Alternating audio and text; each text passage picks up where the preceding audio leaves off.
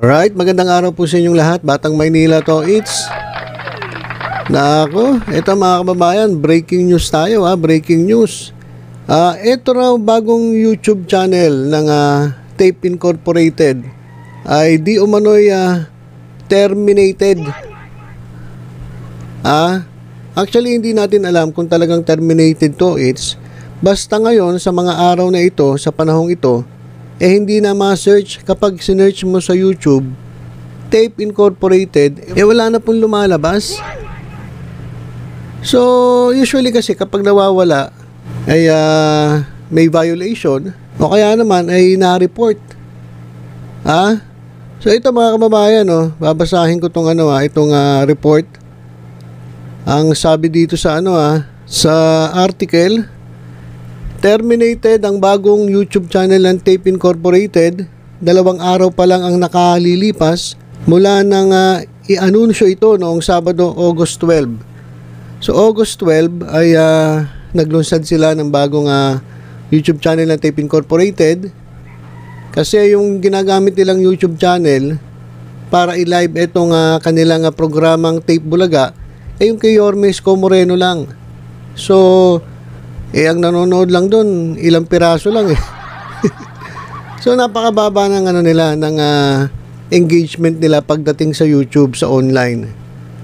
Sa Facebook ganun din. Mahina din ang ang kanilang engagement. Konti-konti lang po talaga nanonood.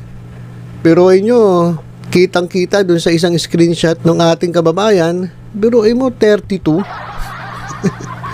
Tapos, ito yung kahapon, yung pinost ko, ay biruin nyo, 49 ba? Tapos yung kasabayan niya na i-80, 16,200. So, napakalayo ng difference ng engagement, ng views sa online dahil ang ginagamit lang nilang YouTube channel, yung kay Yorme Isko Moreno. So, gumawa sila ng YouTube channel ng Tape Incorporated. Pero, ang nangyari, eto, in-announce pa lang nung Sabado, August 12. Ngayon ay August 14, tsugi na. Anong nangyayari? Susobra naman yan. Masyado namang grabe yung sunod-sunod talaga yung kamalasa na inaabot na itong Tape Incorporated. Grabe kaka-announce pa lang, wala na. Nangyari?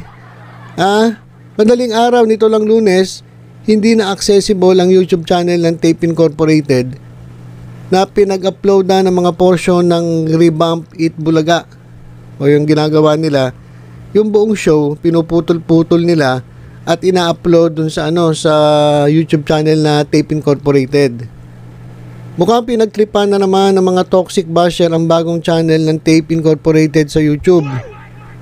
O pinagbibintangan nila yung mga basher. Kaya daw nawala yung kanilang YouTube channel. Ito nga YouTube channel ng Tape dahil daw sa mga toxic basher. Pero hindi nyo nakahanap agad ng dahilan kaya nawala. Hindi nila chine-check ano ba dahilan. Malalaman nyo naman yun kung ano dahilan bakit kayo nawala sa dyan sa platform di ba?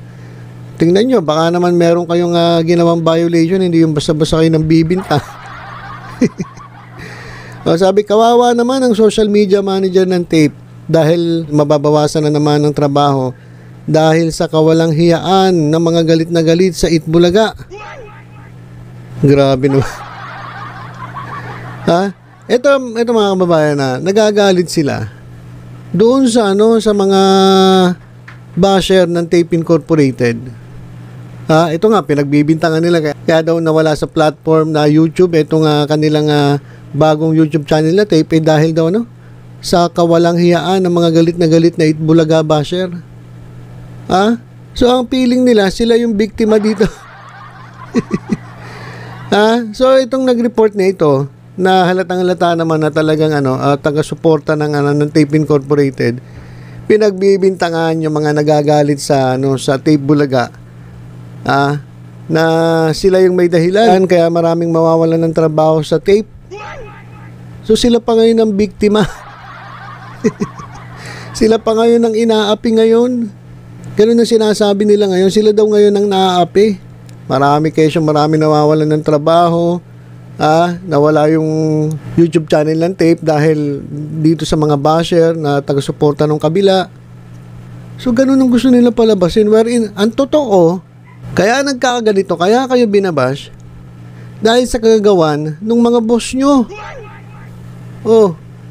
Saan ba nagsimula yung gulo-gulo na yan? Nagsimula yan dahil yung Itbulaga na titulo kinukuha ninyo na alam naman ng buong mundo na hindi sa inyo. Tapos ngayon kapag binash kayo, galit kayo. Tapos pag binalas kayo, pag bibintangan ninyo etong mga legit dabber cards, okay lang kayo. Sabi na itong nag-report, sa tingin ko ay mas malalim pang dahilan kung bakit ayaw nilang makapasok ang Tape Incorporated sa YouTube. Meron kasi mahigit 21k na videos ang uploaded sa dating Itbulaga channel na minamanage ng mga tao ng TBJ. Passive income na yon para sa kanila. Patuloy silang kumikita sa mga lumang video sa pag-aari ng Tape Incorporated sa YouTube. So parang lumalabas, ito pang legit dabber cards, ito pang TBJ ang nangaangkin ngayon. Parang pinalalabas nila, ito pang E80, itong TBJ pa nagnanakaw. Aba, ibang klase to, parang nambabaliktad na sila. Kaya pinapalabas nila, ito pang TBJ ang magnanakaw.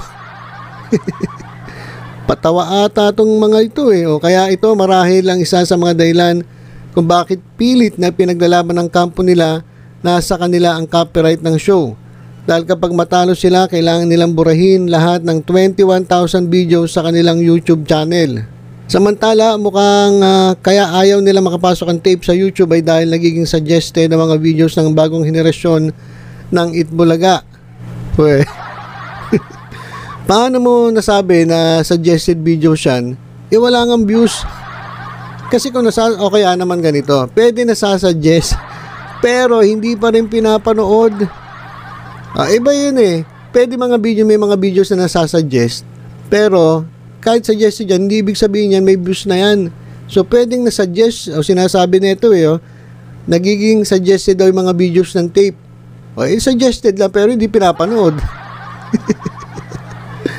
Diba? So, ewan ko dito.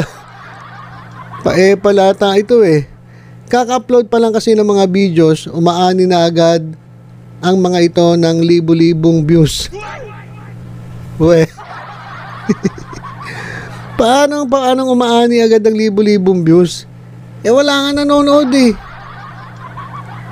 So ito mga kababayan ito ngayon yung ginagawa nitong panatiko ng Tape Incorporated. Nawala yung kanilang YouTube channel na tape. Pinagbibintangan nila itong TBJ, itong legit dabber cards na may kagagawan.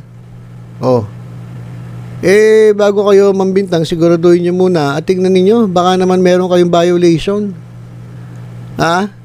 Kasi sa tingin ko, hindi naman kayo i-report ng mga legit dabber cards Kasi wala naman dahilan para i-report Bakit kayo i-report? Wala naman nanonood sa inyo. Ikumpara mo dyan sa YouTube channel ng TBJ at sa YouTube channel ng TB5, ikumpara mo yung views ninyo dyan sa Tape Incorporated, buta lang yung views ninyo Ngayon, paano sasabihin ninyo na ipapaterminate yung YouTube channel ng tape? Ano dahilan? Sa totoo lang, naawa na nga kami sa inyo. Gusto namin kahit paano may manood sa inyo Kaso wala talaga, hindi mo pwede pilitin ng taong bayan na manood sa inyo So wag nyo isisi sa TBJ yung nangyari sa inyong kamalasa. Kasi ang totoo niyan, kaya kayo ginaganyan, kaya kayo inaalat, kaya kayo minamalas, hindi kayo sinusuporta ng tao. Dahil kayo ang may dahilan. Kasi inaangkin ninyo yung Itbulaga na title na hindi naman talaga sa inyo. Tapos ngayon magagalit kayo. Pagbibintangan nyo pa yung nananahimik. Saka walang dahilan para gawin sa inyo yan ng TBJ. Kasi hindi kayo threat. Baliktad nga nangyayari TBJ ang naiisip yung threat kaya kayo nagkakaganyan. Diba? So sorry na lang sorry na lang dito sa Tape Incorporated at nawawala daw yung kanilang YouTube channel.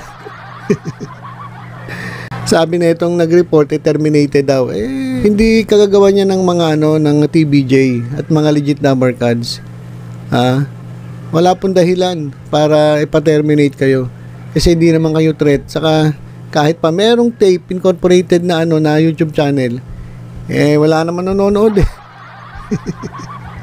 Di ba?